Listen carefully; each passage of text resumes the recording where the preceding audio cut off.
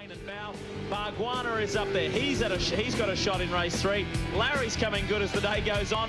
And Stephen Richards, the best of the wins boys, in 14th. We go back. Greg Murphy in 17th. Neil Crompton worked his way back from that black flag inside the top 20.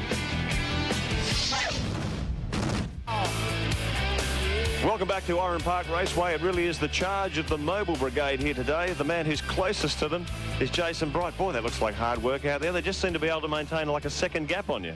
Yeah, I don't know whether they've got any more in hand or not, but you know, we're certainly working our bum off out there because you know, we've really struggled this weekend. The car just doesn't like the bumps around Oran Park. We've been testing at a very smooth track, and Winton was the last round, which was very smooth as well. So yeah, we're really struggling over the bumps, and I mean, I'm happy to be third at the moment. Pretty critical day for you, championship points-wise too, I guess. Yeah, very. I mean, we've really just got to make sure we keep scoring good points. You know, we did well at Winton to score good points there, and you know, we've just got to try and carry that momentum through for the rest of the year. Hang in there. Thanks, Mark. We're pleased to say there's plenty of satisfied winners in our Ford competition this year, and our latest winner is Bill Marshall of West Capalaba in Queensland. Congratulations, Bill. Hope you enjoy the prize, and if you'd like to be a winner like Bill, here's how to enter. You could win this fabulous, one-of-a-kind Ford Falcon XR8, personally signed by Glenn Seaton and Neil Crompton. Neil, tell us about the engine in the Falcon XR8. Ford let Tickford play with the X5 engine management system in the XR8. This V8 puts out 185 kilowatts. Performance chip? Yeah, and it's done properly. You get the extra kilowatts, and you also get an increase in torque, and the engine breathes really well. Sounds great. Of course it does, Glenn. It's a V8.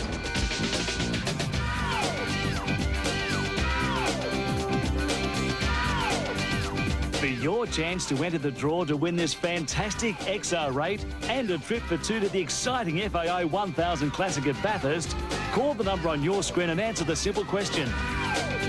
Also, there are Ford Tickford racing packs to be won. Call now and good luck.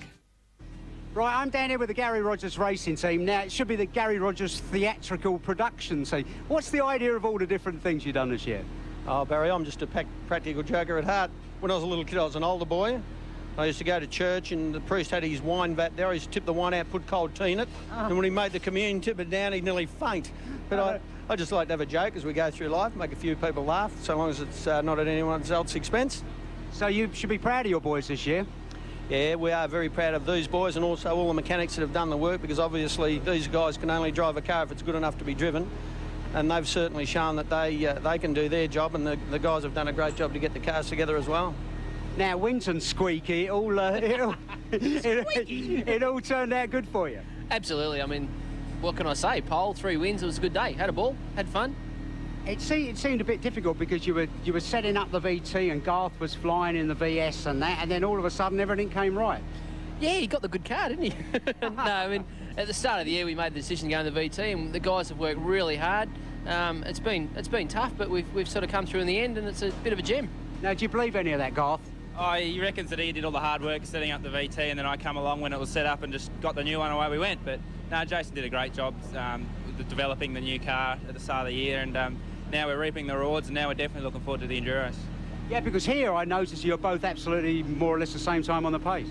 Yeah, I mean, all year Garth and I have been very close. All last year we've been very close, and we're even close in height, can't you tell? So it's going to be good for the Enduros. Except your legs end where your knees should begin. Exactly, you got it. Now, as far as the Enduro's concerned, you're really looking forward to that, I would think.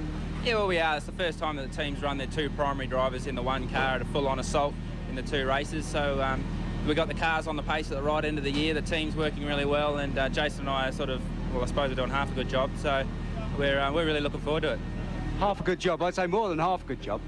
Oh, I think they'll do a great job. I mean, we're running our other car, obviously. We're making a decision next week on who'll be driving that, but I think Jason and Garth are capable of winning the race, and I mean, Bathurst is very important. You can win the championship, but, you know, we'll give it our best shot.